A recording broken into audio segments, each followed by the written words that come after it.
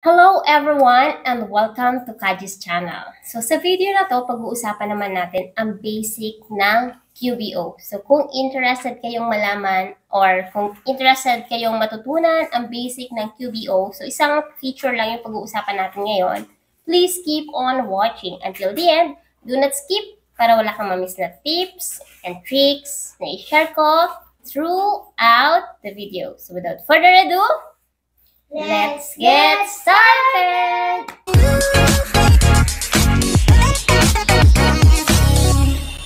Kung bago ka lang sa channel na to, I'm Kaji, virtual assistant, executive assistant, bookkeeper, accountant. So kahit anong work, pinapasok ko.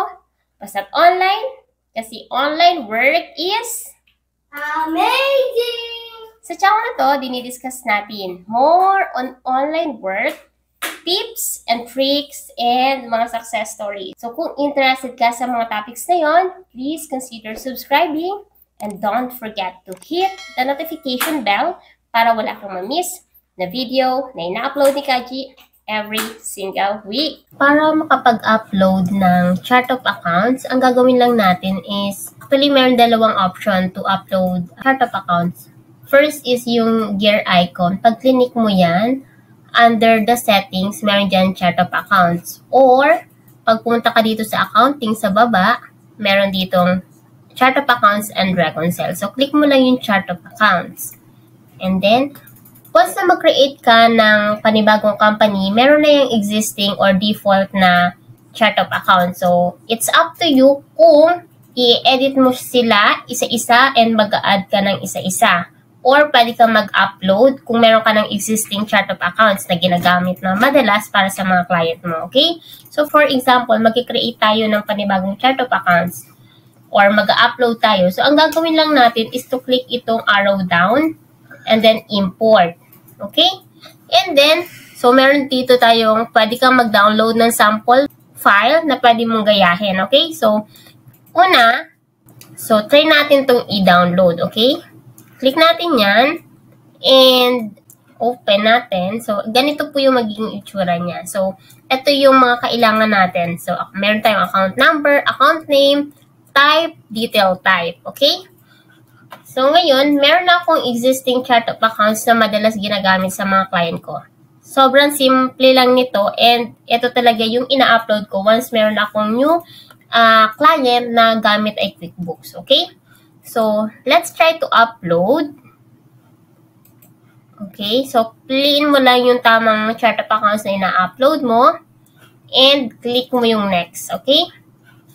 So, ngayon, kailangan mong i-map ng maayos yung mga fields para sa chart of accounts mo. So, yung detail type is detail type, account name is account name, account number is account number, and yung type is type. So, make sure na tama yung pagkakamap mo. Kasi once na map mo yan ng mali at mag-next ka and ma-import mo, then possible na mamali-mali yung iyong chart of accounts. Okay? So, click natin yung next. And ayan. So, makikita nyo, meron ditong checkbox. So, meaning kung ano yung check mo, yun lang yung ma-upload sa QuickBooks. Okay? And then, meron tayong account number, account name, type, detail type. Okay? Ayan. So, sa account number, make sure na kompleto yung inyong account number and then isunod mong i-check yung account name. So, isa-isahin natin yung bawat line. Okay? So, pag may nakita kayong ganito, naka-red, ibig sabihin, may mali dun sa type nung account name mo or nung category mo. Ganun din sa detail type. So, lahat ng naka-red, kailangan i-correct mo siya. Okay? Pag naka-black na lahat yan, ibig sabihin, okay na yan. So, accounts payable. So, ano to yung type ng accounts payable? Pag click mo yung arrow down, marami tayong choices. Cash and cash equivalents, trade and other receivable, current asset, PPE, non-current asset, trade and other payables, credit card, current liabilities, non-current liab, meron tayong equity, revenue, cost of sales, expenses, and so on. So, you have to select po yung tamang type niya. So, since accounts payable siya, current liabilities siya. Okay? So, dito siya magpo-fall. And you have to update also yung detail type. So, ano yung type niya? So, check natin. So, meron tayong iba't ibang klase ng payable dito. Okay? So, So, piliin mo lang din yung tama, kung saan siya magpo-fall, and then current liabilities, okay?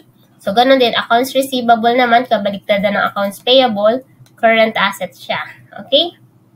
And then, ayan. So, cost of goods sold. Pag cost of goods sold, ito yung cost of sales na tinatawag natin. Okay? Sa detail type, ayan. So, meron tayo iba't ibang klase ng COGS. So, pwedeng labor, supplies and materials. So, dito natin siya ilalagay sa cost of sales. Okay? So, check natin asan pa yung mga naka-red. Ayan. So, communication. Communication is an expense account. So, yung detail type niya ay, lagay natin siya sa, saan siya pwedeng mag-fall dito. So, pwede siya sa administrative expenses, okay? And then, ayan pa, legal and professional fees. So, dito, meron tayong legal and professional fees din. Sa meals and entertainment, meron tayo dito meals and entertainment din. And then, yan, baba lang kayo hanggang sa makita nyo yung mga naka-red. Sales tax. So, sales tax is a current liabilities. Ayan. So, meron tayo dito mga, yung sales tax is, tingnan natin kung meron ibang type siya. Sales tax, current. Okay. And then, check natin. Ayan, current tax liability. Ayan. And then, kapag na-check mo na lahat, naka-block na sila, pwede mo na siyang i-click dito. Ayan, naka-click na siya lahat. And import. Pagka-click mo ng import, ayan. So, sabi dito, 25 daw yung na-upload or na-import ng successful. And then, yung dalawa is hindi. So, ito yung dalawa. Bakit hindi siya na-import? Kasi, sabi dito, retained earnings, okay?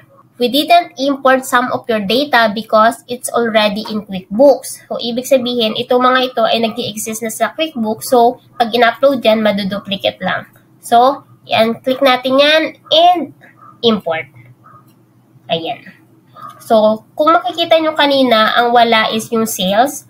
Pag nag-search tayo dito, sales, yun, meron na nga ng sales, okay? So, hindi na natin siya kailangang i-import ulit kasi magdodoble-doble. So, ganyan siya kadali mag-import ng chart of accounts sa QuickBooks. Kung gusto mong mag-add ng, halimbawa, panibagong chart of accounts, let's say, gusto mo mag-upload ng, ano pa bang wala dito? May website expenses na tayo. May wages na ba tayo? Let's see. Wages. Ayan, wala. Salaries. Wala rin, okay? So, kung example, gusto mo magdagdag ng isang category, pwede mo siyang, imbis na i-click mo yung arrow down, ito na lang yung new, and then, ayan. So, you have to select yung account type. Anong klase?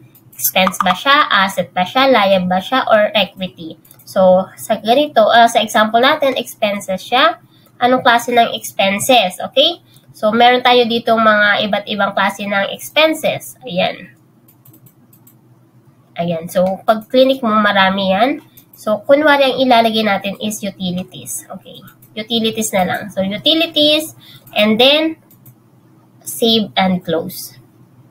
Ayan. So, utilities account, save. And kung gusto mo ulit mag-add ng panibago, so ganun lang din ulit. Mag-click mo lang yung new and then i-enter mo yung correct data na i-add mo. Okay?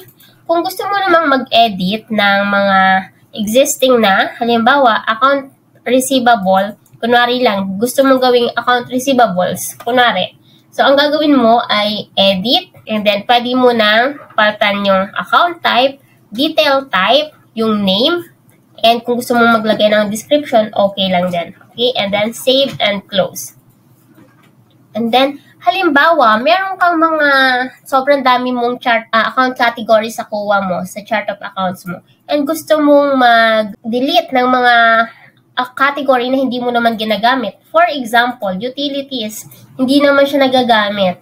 So, ang gagawin mo lang, at gusto mo siyang i-delete is, click mo yung arrow down and then make inactive. So, may nakalagay dito, are you sure you want to inactivate this? No or yes? So, yes. Ayan. So, yun na, yung utilities is now inactive. Okay? Kung gusto mo makita yung mga category mo na inactive, pwede mo naman siyang makita dito sa gear icon. Tapos, i-select mo lang yung include inactive. And makikita mo na lahat dyan yung itan lang natin. So, makikita mo na dyan yung mga active at saka active. Pag may nakalagay na run report, ibig sabihin active yan. Ginagamit mo. Kapag naman inactive, may nakalagay dito na make active. And makikita mo may deleted na nakalagay. Okay? So, ngayon ay gawin ulit natin siyang active, make active. Ayan. So, lahat siya ay naka-active na. Kapag clinic mo rin tong gear icon na to, pwede mo lang i-select dyan kung ano yung mga gusto mong makikita sa chart of accounts mo. So, pwedeng gusto mo ba makita yung type, yung detail type. Ayan. So, pwede mo silang i-hide and i-unhide. Okay? Ayan. And pwede mo rin palitan kung ilang account category yung gusto mo makita. 50 ba per page, 75, 100, or 300, or 150. Ayan. And kung gusto mo naman na mag-bulk edit, pwede mo itong i-select itong pencil icon. And then, ayan, meron ka ng option to change the name. Ayan. And another na pwede mo magawa dito is pwede mo siyang isort by type and by name. Ayan. Pwede kang mag-filter by name. Ayan, nakalagay dyan. And kung gusto mo siyang i-print ng naka-PDF, pwede naman. Ayan. So, i-click mo lang yan at eto na po yung inyong chart of accounts. Ayan. And pwede mo siyang i-print. Ayan. So, yan yung itsura ng ating chart of accounts. Okay? And sobrang dali lang mag-upload ng chart of accounts. So, sana marami kayong natutunan sa video na to. And kung meron kayong clarification, just let me know sa comment section and Kaji will try to answer that as soon as I can. Or kung mahirap i-explain sa comment, I'll try to make another video to explain everything. So, that's all for today. And I hope to see you sa next video ko. Bye!